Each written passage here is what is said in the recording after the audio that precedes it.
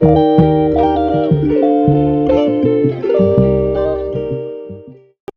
hello guys. Welcome na naman sa Podcast Talk with Kuya Flo. And Kate. And so, before start natin yung topic natin is gusto lang namin pasalamatan yung mga nag-share at nanood sa aming unang episode. Thank you sa 2.1k views sa Facebook. And Maraming salamat. And also sa mga nanood sa YouTube natin. thank you. Yan, so ano yung pag-uusapan natin ngayon? High school. High school life. Yeah. So,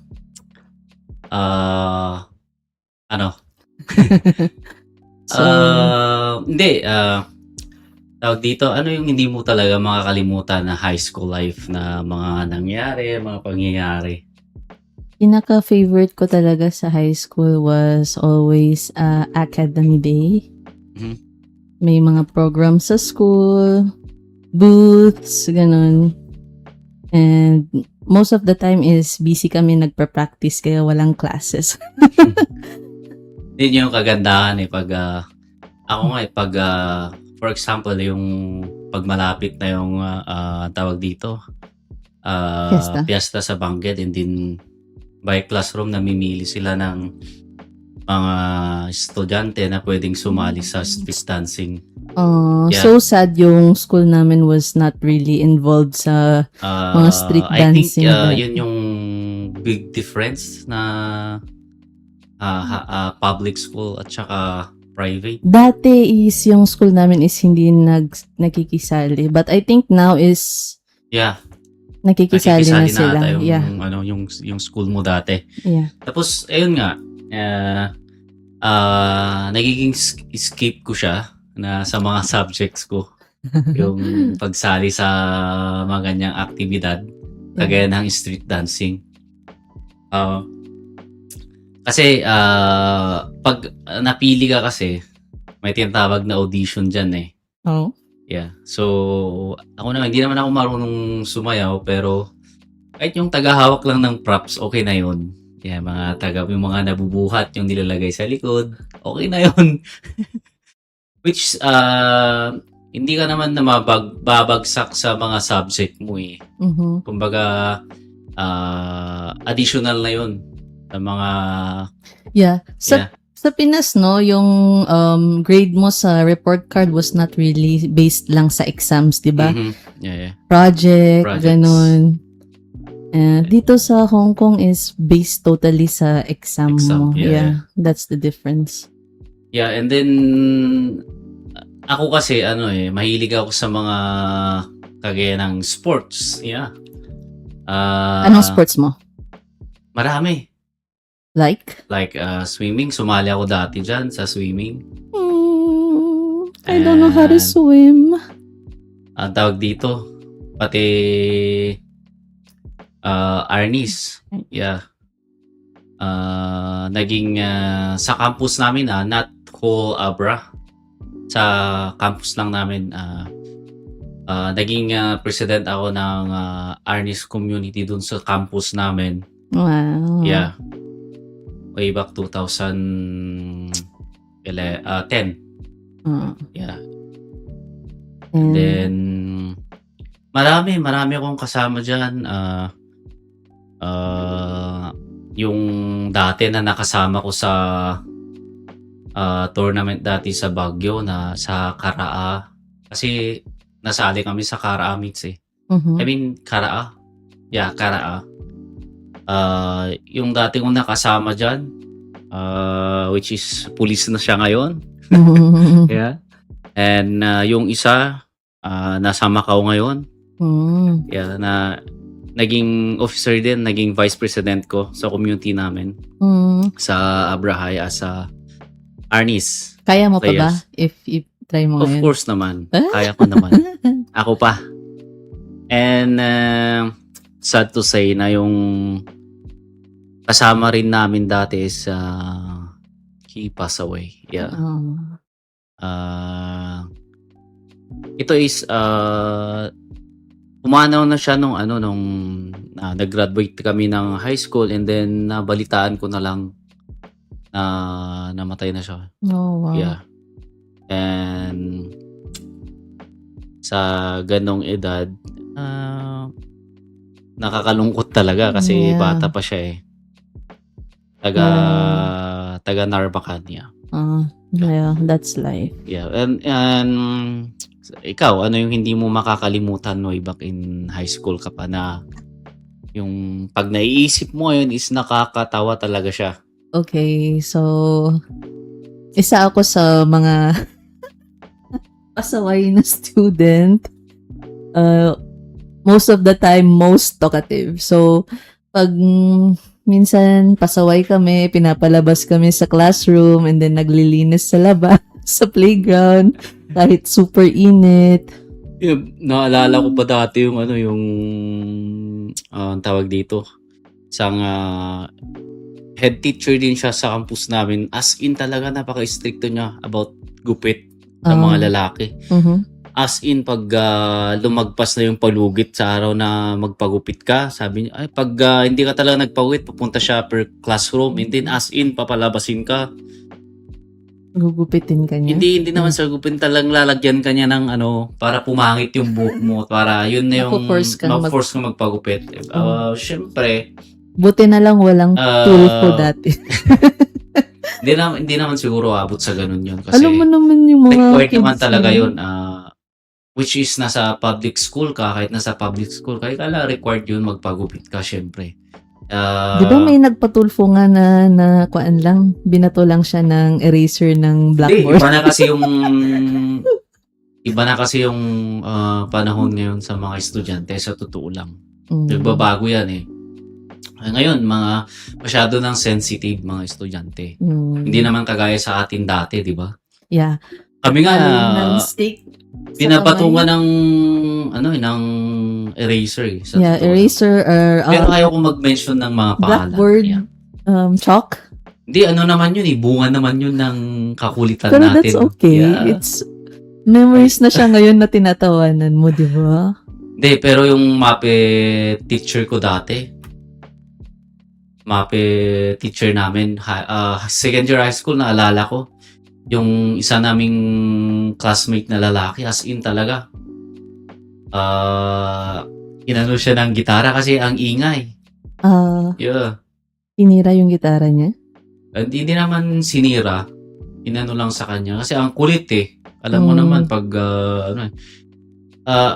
hindi masyado kasing maraming estudyante sa isang classroom, which is hindi mo na talaga. Kung ako yung teacher, mahirap mag-focus talaga pag ganun. Yeah. Tapos may mga pasaway na like me. Yan. And then back to the topic tayo, yung tinanong ko nga sa'yo na yung hindi mo makakalimutan na nangyari nung high school. Ako naman is, naalala ko dati, nag-cutting classes kami, pero hindi ko naman talaga plinano na mag-cutting that day, pero napasama lang ako dun sa dalawa kong classmate na babae. Tumalon kami sa bakod, then sakto nakita kami ng principal namin. Ito yung principal namin na pumalit doon sa dati naming principal pero no need to, I don't want to name names. Wow. Hinabol ako na nakamotor siya. Alam mo yun, wala akong kamag-anak sa Bangged kasi yung parents ko nasa Luba. Alam mo naman, malayo naman. Tsaka yung kalsada noon sa amin is hindi naman siya gaanong kaganda kagaya ngayon. And so nag-guidance ako. Pero yung dalawang kasama kong babae, nakataka sila. Ako lang talaga yung na-on the spot na huli kasi ikaw ba naman habulin ng motor, di ba? And so dinala ko sa guidance office. Then pinauwi ako that day. Bukas, pag bumalik ka, kasama na yung guidance, yung parents mo, sorry. Yeah. And then, kinabukasan, wala akong mahagilap kung sino yung papakiusapan ko. And then, meron kaming kapitbahay na... Close kayo? Yeah, yes, close. Sabi mo ng close. And then, siya yung tumayong parents ko. And then, pumunta kami doon. Pinag-sign ako na papel na next time hindi ko na ulitin yon, which is pwede akong makick out sa school. Oh. Yeah. And then, tawag dito, naalala ko ba dati, nagka-cutting classes din kami. Mga babae kasama ko. Yung isa rin na kasama namin na kabarangay mo sa Palau pero namatay na. Oh, hello. Alala mo si Christian. the late Christian.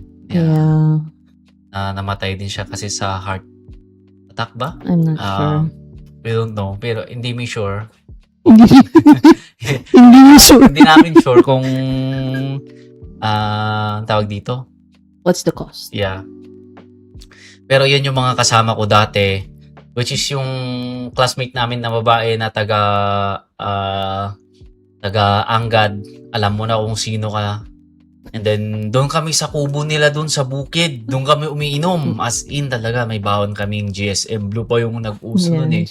Yan yung hindi ko makakalimutan talaga high school days. Yeah. Do not try this, guys. Hindi, kwento lang naman namin yung mga experience namin before. Hindi namin kayo ini-encourage na gawin nyo sa mga estudyante na that was part of our high school.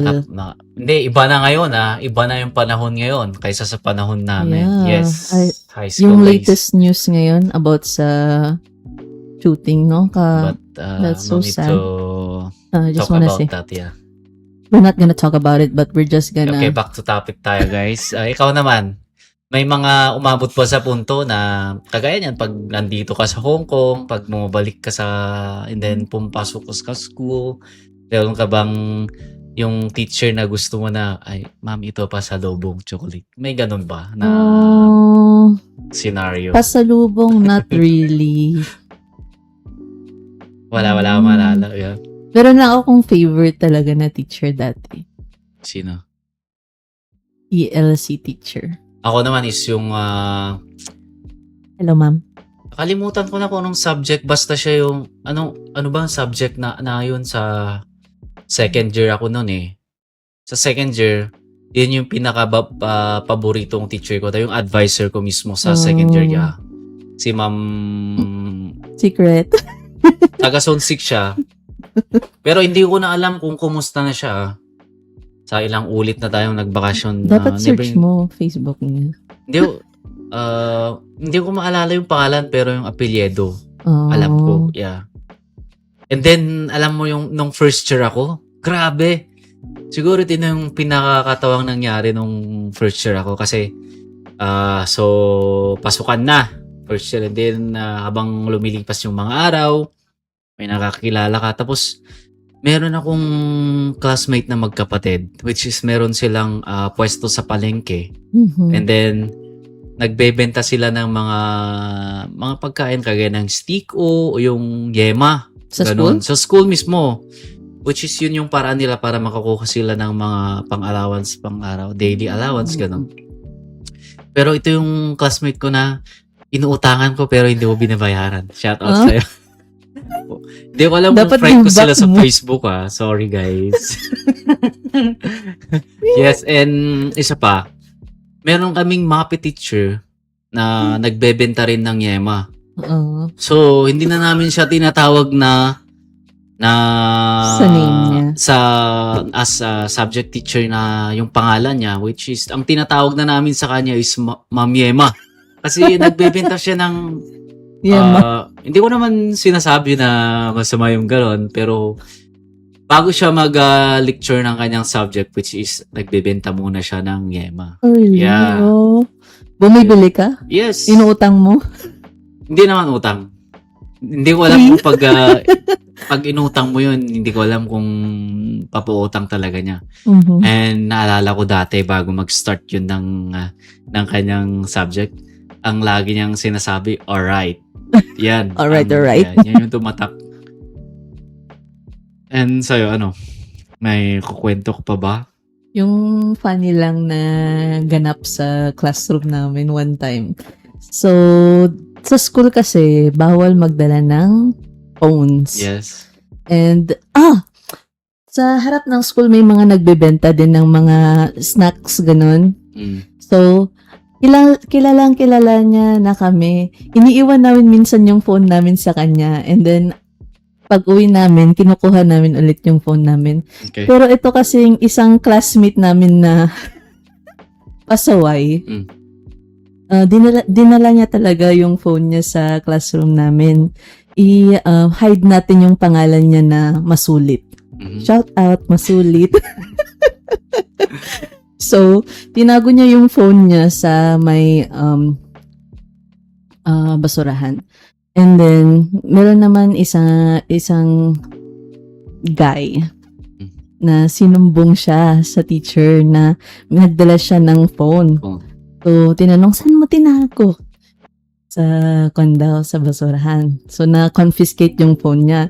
Sa sobrang galit niya, around Christmas time kasi to, sa sobrang galit niya, yung Christmas tree, binuhat niya and then ibinato niya sa may nagsumbong.